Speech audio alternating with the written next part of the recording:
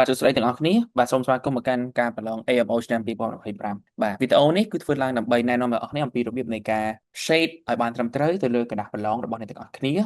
បាទกระดาษប្រឡងនោះគឺគេឲ្យឈ្មោះថា AES បាទ Answer Entry Sheet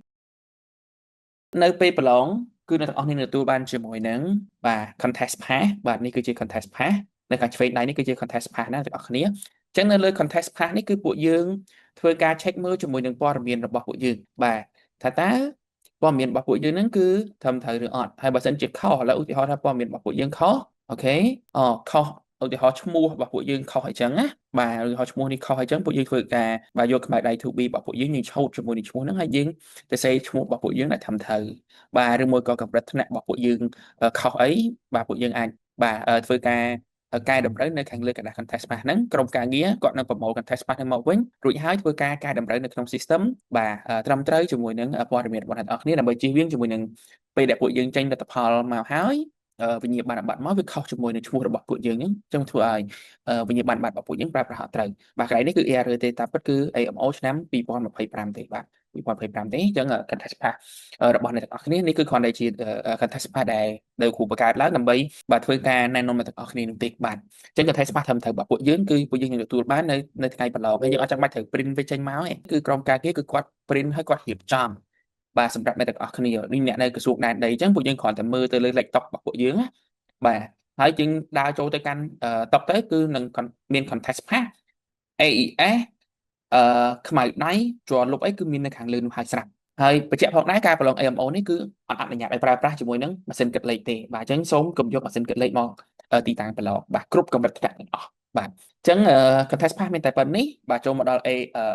AES របស់ពួកយើង answer attrition របស់ពួកយើងអញ្ចឹងពួកយើងពេលទទួលបានជាមួយនឹង AES របស់ពួកយើងអ្វីដែលពួកយើងត្រូវធ្វើគឺយើងបញ្ចូលព័ត៌មានបាទព័ត៌មានរបស់ពួកយើងហ្នឹងគឺពួកយើង follow ទៅលើបាទ contest pass មួយនេះណាអូខេអញ្ចឹងព័ត៌មានរបស់លោកគ្រូឧទាហរណ៍ព័ត៌មានរបស់លោកគ្រូបាទយ៉ែមសុភ័ណ្ឌបាទចឹងសេចឹងមកអូខេបាទហើយ school name របស់ពួកយើងចង់សេពេញក៏បានឬក៏ចង់សេកាត់ក៏បានដែរឧទាហរណ៍ CBF The Brand Factory ចឹងតាបាទប៉ុន្តែ AS របស់អ្នកទាំងអស់គ្នាគឺត្រូវបំពេញជាមួយនឹងព័ត៌មានសាលារបស់ពួកយើងណាឈ្មោះសាលារបស់ពួកយើងទៅសេកាត់ក៏បានសេអីក៏បានដែរបាទហើយពួកយើង shade grade លោកគ្រូ grade 8ចឹងលោកគ្រូត្រូវ shade ជាមួយនឹង grade 8បាទ shade គឺ shade អញ្ចឹងណាទាំងអស់គ្នាបាទ shade ឲ្យវាពេញអញ្ចឹងបាទពួកយើងមើលជាមួយនឹងរបៀបនៃការ shade នេះ shade ចេះក៏ខុស shade ចេះក៏ខុសចេះក៏ខុសដែរត្រឹមត្រូវរបស់គេគឺត្រូវ shade ចេះអូខេបាទបន្ទាប់មកគឺ index number បាទ index number នៅណាបងប្អូននេះ index number បាទមានន័យថាกระดาษ contest pass របស់ពួកយើងណាគឺមានព័ត៌មានទាំងអស់ដើម្បីពួកយើងបញ្ចូលនៅខាងក្នុង AES ហ្នឹងហើយឧទាហរណ៍បាទអញ្ចឹង index number របស់លោកគ្រូនេះ855បាទ25ឧទាហរណ៍ណានេះរបស់លោកគ្រូទេបាទ000 1946អញ្ចឹងពេលដែល shade អញ្ចឹងហើយពួកយើងមើលចុះមកខាងក្រោមនេះ8ណោះបាទ8យើងមើលចុះមកខាងក្រោមតើ8នៅកន្លែងណាបាទយើងត្រូវ shade ទៅតាមជួររបស់វាអូខេអានេះបាទនេះ5ណោះអញ្ចឹងមកខាងក្រោមបាទលេខ5អូខេអានេះក៏5ដែរ yes អញ្ចឹងលេខ5អានេះលេខ2បាទជួរហ្នឹងណាយើងមើលជួរមកខាងក្រោមបាទ5ជួរមកខាងក្រោមអញ្ចឹងដូចគ្នាបាទ0ក៏អញ្ចឹងដូចគ្នាអូខេជួរនេះ0បាទជួរនេះក៏0បាទជួរនេះបាទលេខ1ជួរនេះលេខ9បាទជួរនេះលេខ4បាទហើយជួរនេះគឺលេខ6អញ្ចឹងលោកគ្រូប្រើប៊ិចវាអត់ដូចខ្មៅដៃរបស់អ្នកទាំងអស់គ្នាទេណាអញ្ចឹងយើង set គឺយើង set ឲ្យវាដិតអញ្ចឹងដើម្បីឲ្យ system គឺគេចាប់បាទគេប្រើ system ចាប់ដើម្បីកែពួកអីបើសិនជាព័ត៌មានអ្នកទាំងអស់គ្នាបំពេញនេះគឺវាខុសអញ្ចឹងវាធ្វើឲ្យកระดาษលទ្ធផលរបស់ពួកយើងហ្នឹងគឺវាមានបញ្ហាបាទវាខុសបាទហើយការ shape របស់ចម្លើយរបស់ពួកយើងគឺវាសំខាន់ណាស់ទាំងអស់គ្នាអូខេអញ្ចឹងយើងបន្តពីយើង shape index number ឲ្យរបស់ពួកយើងហើយពួកយើងចាំជាមួយនឹងបាទក្រុមការងាររបស់អនុរិយរបស់គេហ្នឹងគឺគេនឹងចែកกระดาษសំណួរបាទនៅពេលដែលពួកយើងទទួលបានកระดาษសំណួរអនុរិយគាត់ប្រកាសប្រាប់ថាអូខេទាំងអស់គ្នាចាប់ដើមប្រឡងអញ្ចឹងពួកយើងបើកกระดาษសំណួររួចហើយពួកយើងមើលបាទសំណួរទី1ដល់សំណួរទី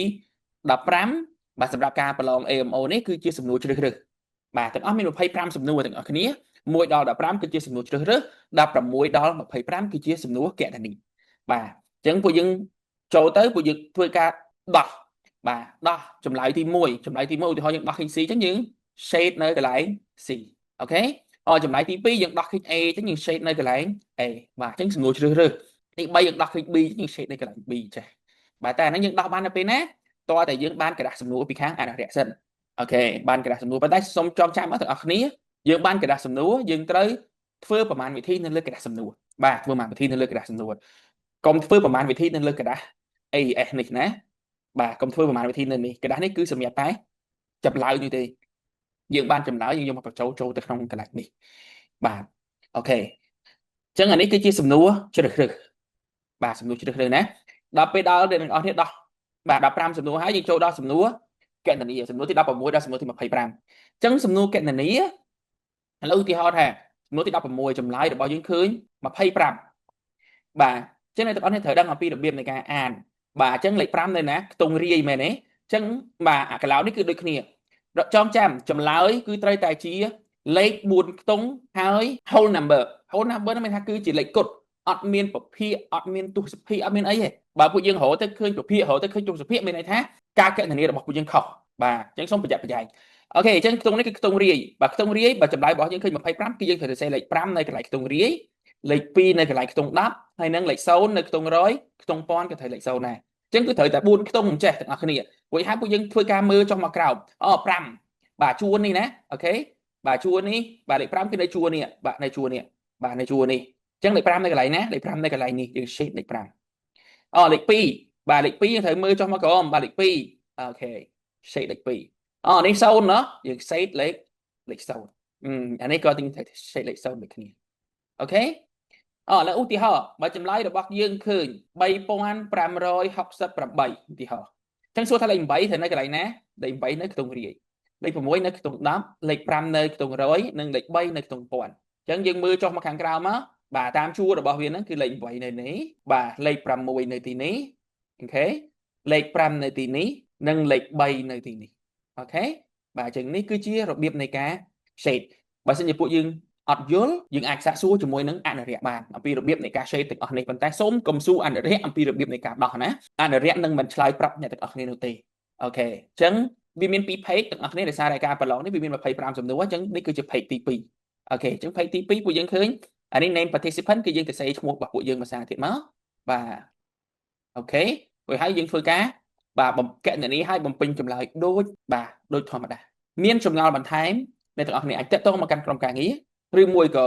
សាកសួរអនុរិយនៅក្នុងកំឡុងពេលប្រឡងអំពីរបៀបនៃការ shade ក្នុងលក្ខខណ្ឌដែលយើងមិនយល់បាទអញ្ចឹងការរៀបរាប់របស់លោកគ្រូគឺមានតែប៉ុណ្ណេះអរគុណទាំងអស់គ្នាបាទ